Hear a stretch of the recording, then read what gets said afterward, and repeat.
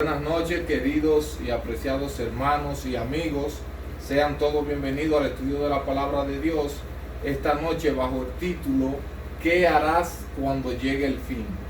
Vamos a estar estudiando la palabra de Dios desde el punto de vista de las profecías que tienen que ver con nuestro tiempo. Somos adventistas del séptimo día, no somos un movimiento independiente, sino adventistas del séptimo día.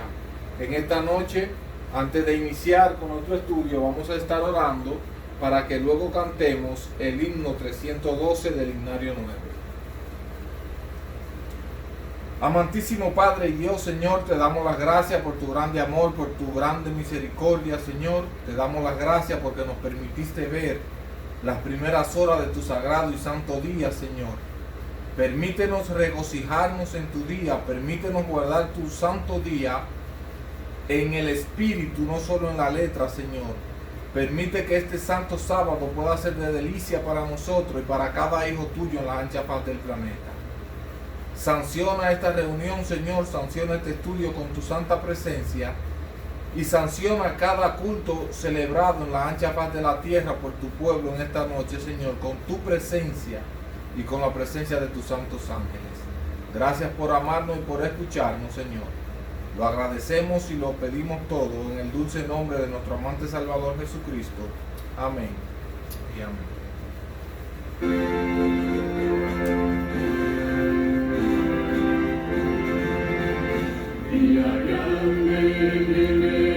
Día grande viene, cerca está, cuando justos y malos separados quedarán, oh hermano recibido estás.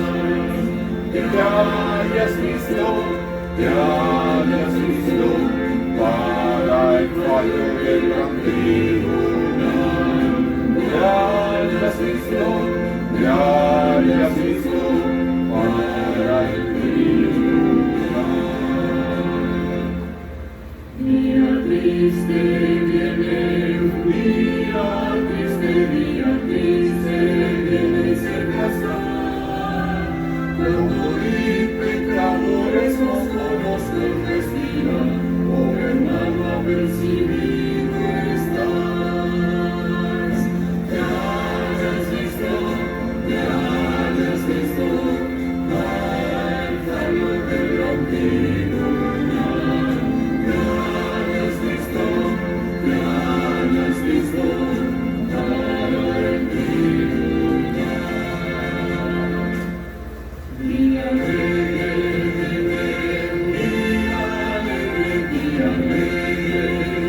cerca está. Su luz brilla sobre los que aman al Señor, oh hermano recibido estás. Te hayas visto para el fallo del gran tribunal. Te hayas visto para el tribunal.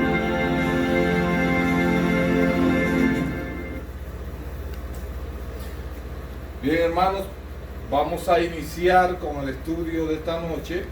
Vamos a abrir nuestra Biblia en el libro de Segunda de Pedro, capítulo 2. Segunda de Pedro, capítulo 2, versículo 4 al 9.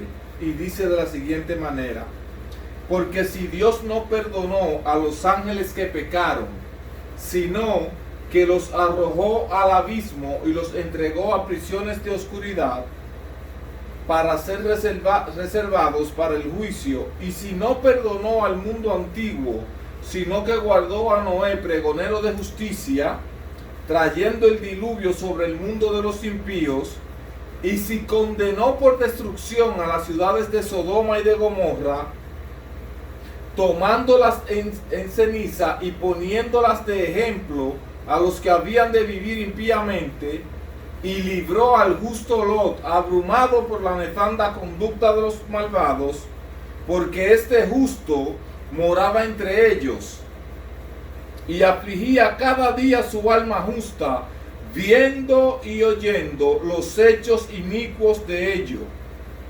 También sabe el Señor librar de tentación a los piadosos y reservar a los injustos para ser castigados en el día del juicio.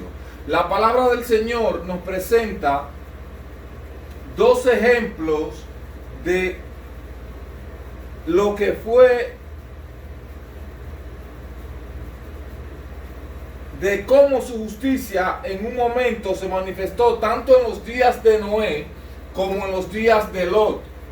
Y es donde nos vamos a detener en esta noche. Vamos a ver esas dos historias, dos ejemplos que nos van a traer a la mente a nosotros y nos van a hacer entender, nos van a permitir entender lo que va a hacer el mundo antes de que Cristo venga. ¿Qué vas a hacer tú cuando llegue el fin? ¿Qué vamos a estar haciendo cuando llegue el día del fin? Ese día que Jesús, el mismo Señor Jesucristo, comparó con los días de Noé, y con los días de Lot. Pero antes de ver eso, vamos al libro de Ezequiel, al capítulo 7 del profeta Ezequiel, al versículo, Ezequiel capítulo 7, los versículos 5 en adelante. Dice de la siguiente manera: así dijo Jehová el Señor, un mal, he aquí que viene un mal, viene el fin viene contra ti, y he aquí que viene. La mañana viene para ti, oh morador de la tierra, el tiempo viene, cercano está el día de tribulación y no de alegría sobre los montes. Ahora pronto derramaré mi ira sobre ti, y cumpliré en ti mi furor, y te juzgaré según tus caminos, y pondré sobre ti tus abominaciones. Y mi ojo no perdonará ni tendré misericordia. Te pagaré conforme a tus caminos y conforme a tus abominaciones que están en medio de ti. Y sabréis que yo soy Jehová el que castiga. He aquí el día, he aquí que viene. Ha salido la mañana, ha reverdecido la vara, ha reverdecido la soberbia. La violencia se ha levantado en vara de impiedad, ninguno quedará de ellos, ninguno de su multitud, ni uno de los suyos escapará, ni habrá entre ellos quien se lamente. Lo que acabamos de leer en el capítulo de Ezequiel es una profecía que tuvo un cumplimiento parcial en los tiempos del profeta Ezequiel, pero es una profecía que tiene que ver más con los días, con nuestro día, con el tiempo final, con el tiempo en que estamos viviendo. En el libro de Jeremías, en el capítulo 4 y los versículos 19 en adelante, Jeremías capítulo 4, Jeremías capítulo 4, versículos 19 en adelante. El profeta Jeremías, mirando hacia el futuro en visión profética, lo que le acontecería a la ciudad de Jerusalén bajo la invasión babilónica, dice de la siguiente manera: mis entrañas me duelen las fibras de mi corazón, me duelen las fibras de mi corazón se agita dentro de mí. No callaré, porque voz de trompeta has oído, oh alma mía, pregón de guerra. Destrucción tras destrucción es anunciada, porque toda la tierra es devastada. De repente son destruidas mis tiendas, en un momento mis cortinas. ¿Hasta cuándo he de ver bandera? ¿He de oír sonido de trompeta? Porque mi pueblo es necio, no me ha conocido, son hijos ignorantes y sin entendimiento, son sabios para el mal hacer, pero hacer el bien no saben. Miré a la tierra y he aquí que estaba desordenada y vacía, y los cielos y no había en ellos luz. Miré los montes y he aquí que temblaban, y todos los collados fueron destruidos. aunque esta profecía, al igual que la profecía del capítulo 7 de Ezequiel, tuvo un cumplimiento parcial en los tiempos del profeta, es una profecía que atañe de igual manera al tiempo del fin, o sea, a nuestros días. Porque si notamos, el versículo 23 dice: miré a la tierra y he aquí que estaba desordenada y vacía, y los cielos miré a ellos y no había en ellos luz. Ahora, la pregunta que queremos hacernos, hermanos, y que quisiera hacerle, amigos y hermanos, en esta hora es: ¿qué haremos cuando llegue el fin? ¿Cuál será nuestra actitud ante el fin del mundo, como la gente le llama? Cuando llegue ese último día, ¿qué estaremos haciendo? ¿Cuáles serán nuestros objetivos? ¿O cuál es nuestro objetivo en la vida? ¿Qué queremos para nuestra vida, para la vida de nuestros hijos, de nuestras familias? ¿Qué estaremos haciendo realmente, hermanos, cuando llegue el fin? Esa pregunta está contestada en el Evangelio según Mateo, en el capítulo 24. Mateo capítulo 24, los versículos, vamos a leer desde el versículo 34, dice: de cierto os digo, no pasará esta generación hasta que todo se haya cumplido. El cielo y la tierra pasarán, dijo Jesús, mas mis palabras no pasarán. Pero del día y la hora nadie sabe, ni aun los ángeles del cielo, sino solo mi Padre. Y como en los días de Noé, así también será la venida del Hijo del Hombre.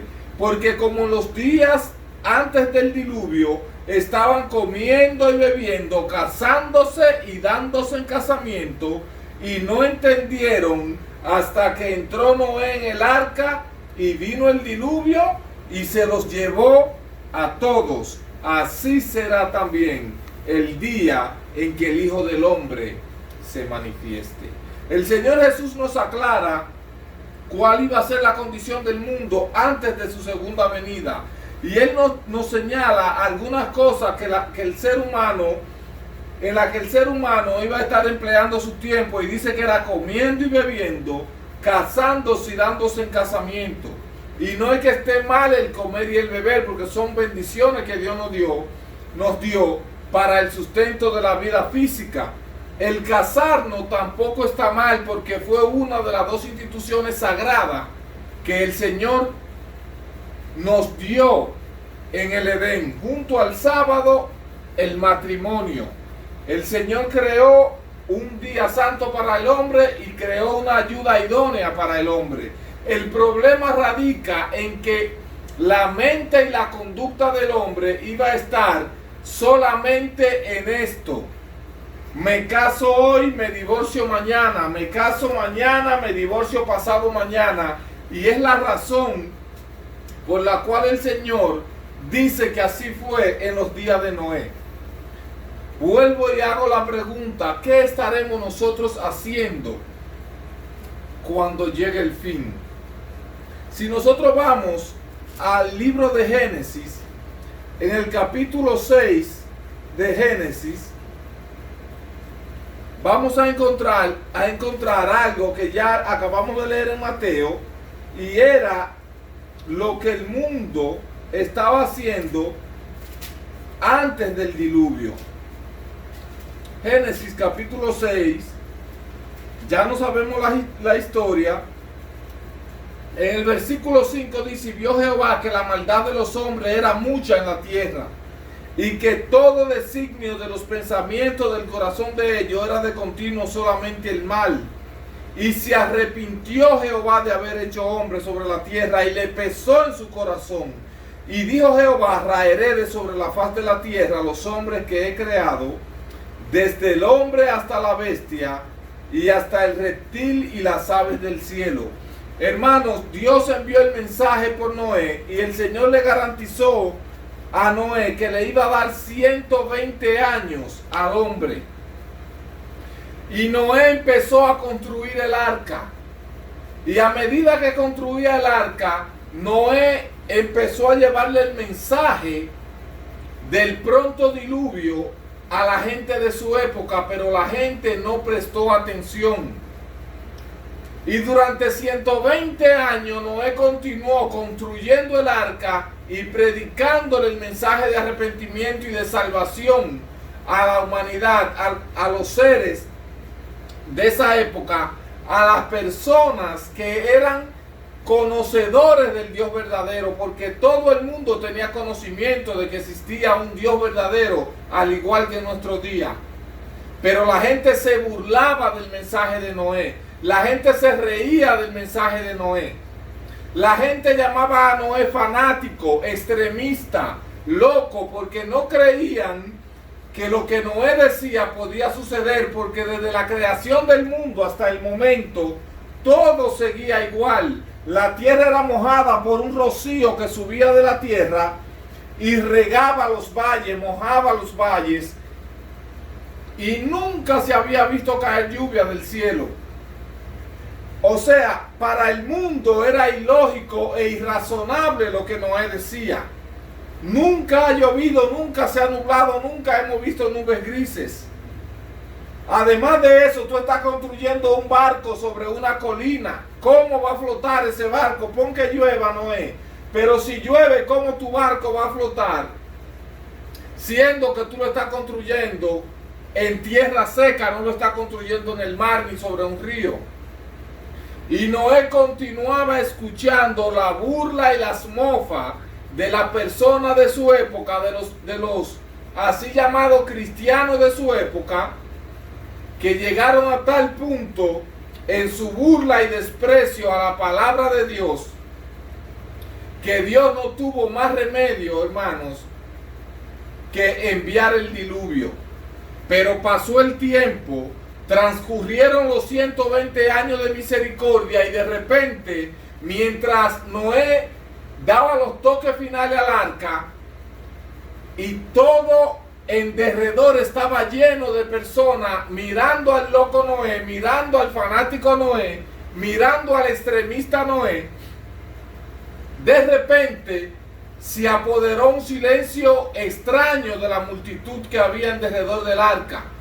Y cuando todos volvieron sus ojos hacia la foresta, veían cómo venían saliendo los animales del bosque, animales de toda clase, leones, animales salvajes e incluso animales mansos, como decimos. Y no había problema, el león no atacaba al cordero. El león o el tigre no atacaban a los animales indefensos. No lo veían en este momento como presa, y la multitud se quedó en silencio por ese momento, y un temor inexplicable se apoderó de ellos. De repente los animales llegan frente al arca y empiezan a subir por la rampa del arca y a entrar por la puerta del barco en perfecto orden, de 2 en 2 y de 7 en 7, de manera extraña y misteriosa para los hombres de la época. El silencio se podía casi palpar. El miedo que sentían era casi palpable. Pero entró el último animal y todo volvió a la normalidad. Todos empezaron a verlo como algo común y corriente, como un evento más, como algo que era algo que iba a suceder y sucedió. Algo que tenía que pasar y pasó, y ya empezaron a verlo como algo normal. Transcurrió 1 hora, transcurrieron 2 horas, pero de repente el cielo se oscurece. Se escucha un estruendo y un viento fuerte. Cuando se detienen y levantan su mirada al cielo, hermanos, el cielo oscurecido por los miles de aves que vinieron, dieron una vuelta en derredor del arca y entraron por la puerta y por la ventana del barco. El silencio volvió a apoderarse de ellos, hermanos. Pero ¿qué pasó? Entró la última ave al barco y las cosas volvieron a la normalidad, volvieron a su estado de siempre. Transcurrió 1 hora. Ya Noé tiene todo ready dentro del arca. La comida para él y para los animales. La comida para él y para su familia. Ya está todo ready. Y Noé hace el último llamado. Noé ofrece la última voz de súplica y de misericordia a todo el que quisiera entrar en el arca. Noé les rogó, les imploró que por favor entrasen en el arca para que pudieran salvarse de la destrucción que venía. Pero en esta ocasión, sus burlas y el ridículo que quisieron hacerle fue peor que todo lo que le hicieron durante los 120 años que habían transcurrido. Noé fue llamado por Dios y le dijo: entra tú y tu familia al arca. Noé entró al arca y de manera inexplicable, la inmensa puerta del barco, que no podía ser cerrada por lo que estaban dentro de ella, fue puesta en su lugar de una manera indescriptible. La misma mano de Dios, dice la Biblia, cerró la puerta. Dios la cerró y solo Dios podía volverla a abrir. El silencio y el estupor volvió a apoderarse de la multitud jactanciosa y burladora que estaba en derredor del arca. Pero transcurrió una hora y otra hora y otra hora y las cosas volvieron a la normalidad. ¿Y qué creen ustedes, hermanos, que hicieron ellos? ¿Creen que cayeron de rodillas o asustados llamando a Noé para que le permitiera entrar? Ahí fue cuando la burla y la orgía llegaron a su clímax. Desde el momento en que se cerró la puerta del arca y durante los 7 días más que transcurrieron, la burla y la mofa de la gente de la época llegaron a un punto desconocido, llegaron a practicar y hacer cosas que no se habían atrevido a hacer durante los 120 años que habían transcurrido antes de ese día. Hacían orgías, hacían sacrificios humanos frente al arca. Incluso intentaron pegarle fuego al arca, darle fuego al arca. Pasó un día, pasaron 2 días y la cosa normales. Ah, Noé, te está poniendo loco. ¿Cómo tú estarás ahí adentro? ¿Cómo tú aguantas el tufo, el mal olor de los animales defecando, orinando ahí dentro? Te van a comer los leones y los tigres, Noé. Pero al 7º día, hermanos, de repente el cielo se oscurece. Al 7º día, de repente empiezan a haber relámpagos que atraviesan el firmamento. Cosas que nunca antes se habían visto. Las multitudes dadas al pecado empezaron a llamar a los hombres de saber y de ciencia de su época, a los filósofos de su época, para que le explicaran los sucesos que estaban acaeciendo en ese momento.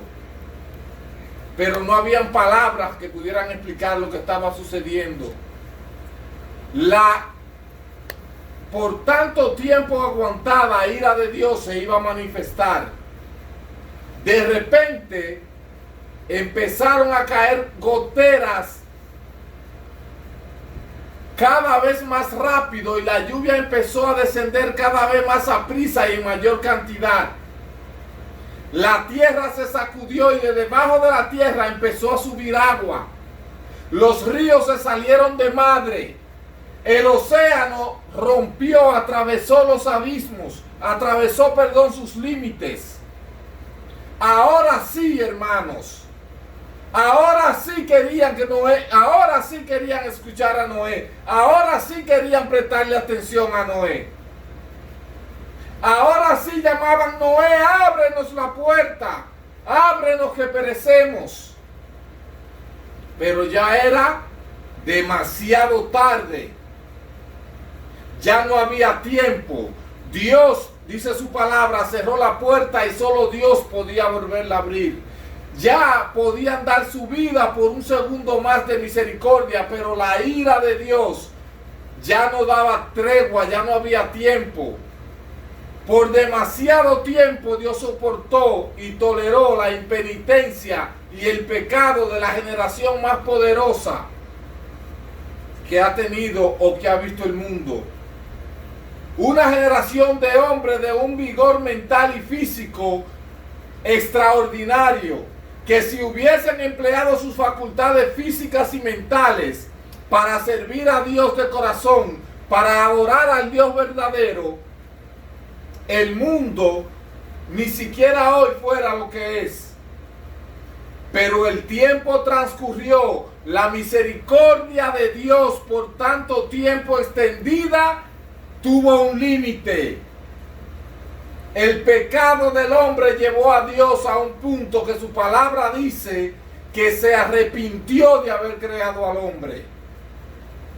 Y el Señor Jesús, si vamos al libro de San Mateo, al capítulo 24 nuevamente, San Mateo capítulo 24, nos dice en el versículo 38, porque como en los días antes del diluvio estaban comiendo y bebiendo, casándose y dándose en casamiento, hasta el día en que Noé entró en el arca, y no entendieron hasta que vino el diluvio y se los llevó a todos. Así será la venida del Hijo del Hombre.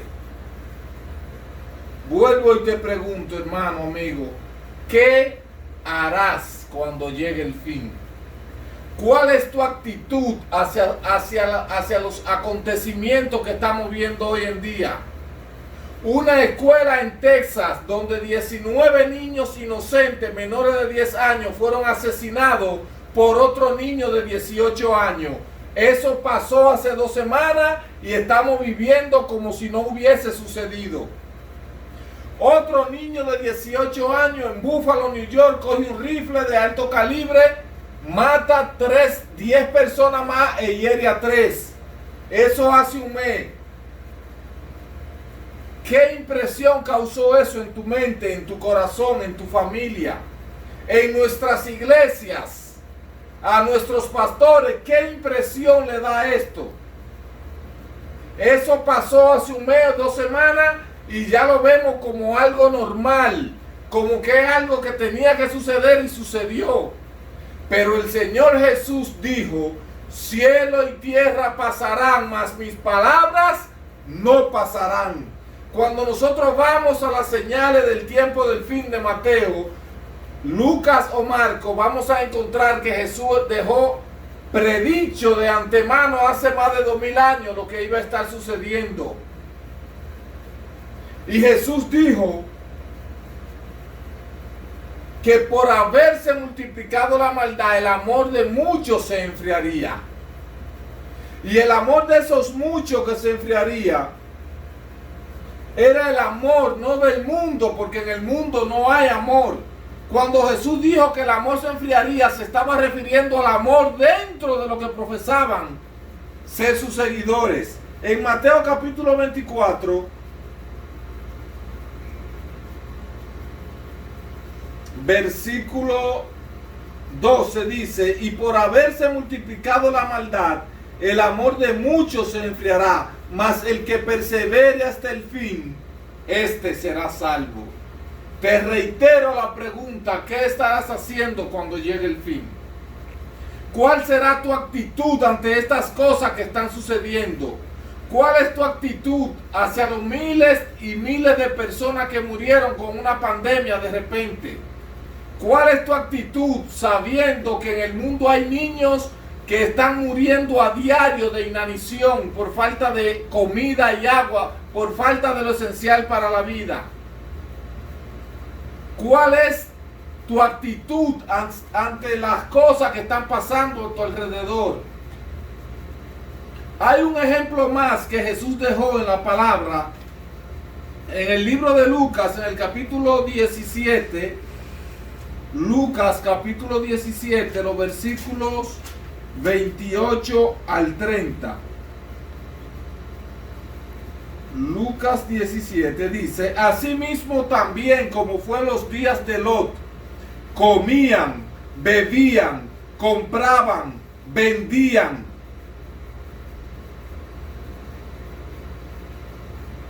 plantaban y edificaban.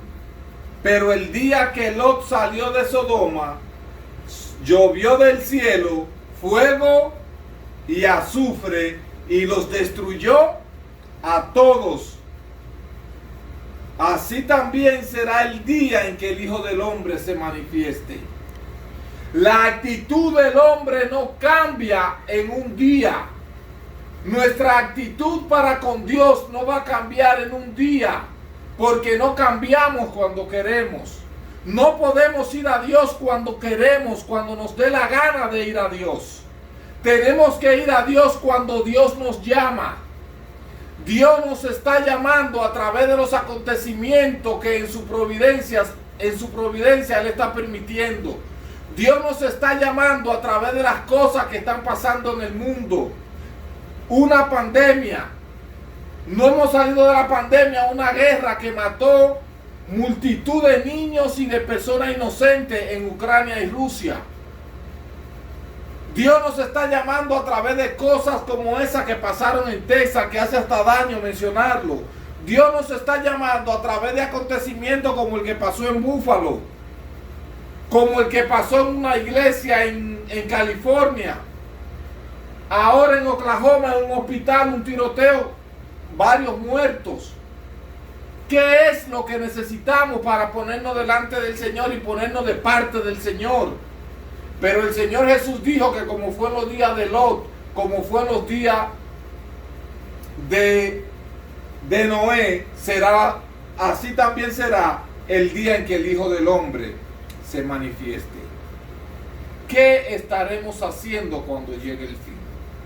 Para ir concluyendo, quiero hacerle una historia que está un poquito fuera de lo que es la Biblia, pero que es un acontecimiento histórico y que está ahí en los anales de la historia humana. En el año 79 de la era cristiana, dos ciudades al sur de Italia, Pompeya y Herculanos, dos ciudades que están al sur de Italia, de repente un monte que quedaba enfrente de ambas ciudades empezó a sacudirse y a tirar humo. El monte se sacudía y tiraba humo. Los habitantes de Pompeya lo veían y lo tenían como un dios. Ese monte es conocido a nivel mundial como el monte Vesubio, el volcán del monte Vesubio. El monte se sacudía y arrojaba humo y ellos lo veían el volcán como un dios, o dioses que habían en la montaña, y en lugar de rogar y caer de rodillas delante de Dios, ofrecían sacrificios humanos a los dioses del volcán. Los habitantes de Pompeya eran tan impíos como los habitantes de Sodoma y Gomorra. Tan pervertidos como los habitantes de Sodoma y de Gomorra. Todo en Pompeya giraba en torno a la complacencia propia, al egoísmo. Todo giraba en torno al sexo en Pompeya. Un día, la ciudad de Pompeya se levantó y empezó su vida rutinaria como todos los demás días.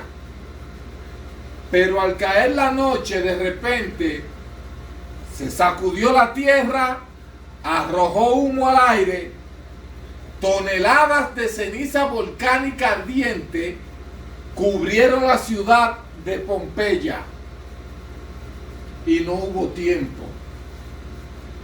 Los habitantes de Pompeya estaban igual que los habitantes de Sodoma y de Gomorra, igual que los habitantes del mundo antediluviano, comiendo y bebiendo, casándose y dándose en casamiento, y no entendieron sino hasta que vino el diluvio y se los llevó a todos.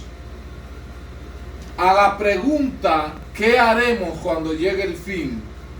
Jesús nos contestó en Lucas y en Mateo: estaremos haciendo exactamente lo mismo que hacemos todos los días. Estaremos involucrados en los negocios, en la búsqueda de placeres, en la búsqueda de ganancias, de riquezas. Estaremos en lo mismo de siempre. El día antes de Cristo aparecer en las nubes del cielo, el día antes de que la gracia, de que la puerta de la gracia se cierre, el día antes de que la puerta del arca de salvación se cierre, estaremos haciendo justamente lo que estamos haciendo ahora. Tendremos nuestra mente y nuestro corazón lejos de Dios, pensando en que en un futuro, cuando estemos mayores, estemos viejos, como decimos, entonces sí iremos a Dios. Su palabra dice que hoy es el día aceptable. Su palabra dice que hoy es el día de salvación. Hoy es que Dios te está llamando a que tú hagas entrega, porque tú ni yo podemos ir a Dios cuando queremos ir a Dios.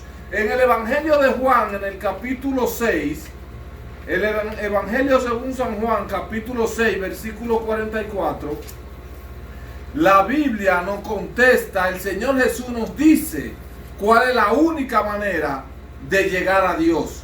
Juan capítulo 6, versículo 44. Dijo Jesús: ninguno puede venir a mí si el Padre que me envió no le trajere. Ninguno puede ir a Cristo si el Padre que le envió no lo lleva a Cristo. Y en Juan capítulo 14, Jesús dice lo mismo. Dice en el versículo, Juan capítulo 14, versículo 6, dice: yo soy el camino, dijo Jesús, la verdad y la vida. Nadie viene al Padre sino por mí. No podemos ir a Cristo cuando queremos ir a Cristo. No podemos ir al Padre cuando querramos ir al Padre. Tenemos que ir al Padre ahora que Él nos está llamando. Debemos ir a Cristo ahora que el Padre nos está llevando a Cristo, a través de los acontecimientos que nos está permitiendo ver, a través del cumplimiento de las profecías y a través del cumplimiento de las palabras de Cristo en Mateo capítulo 24. Hoy es el día aceptable, hoy es el día de salvación, hoy es que Cristo quiere que tú llegues a sus pies, hoy es que Cristo quiere que tú des el paso de arrepentimiento. Hoy es que Cristo quiere escucharte decir: he aquí, Señor, soy tuyo, tómame, como dijo Martín Lutero, el gran reformador del siglo XVI. Los planes del Señor son salvarnos. El Señor nos escogió para salvación desde antes de la fundación del mundo.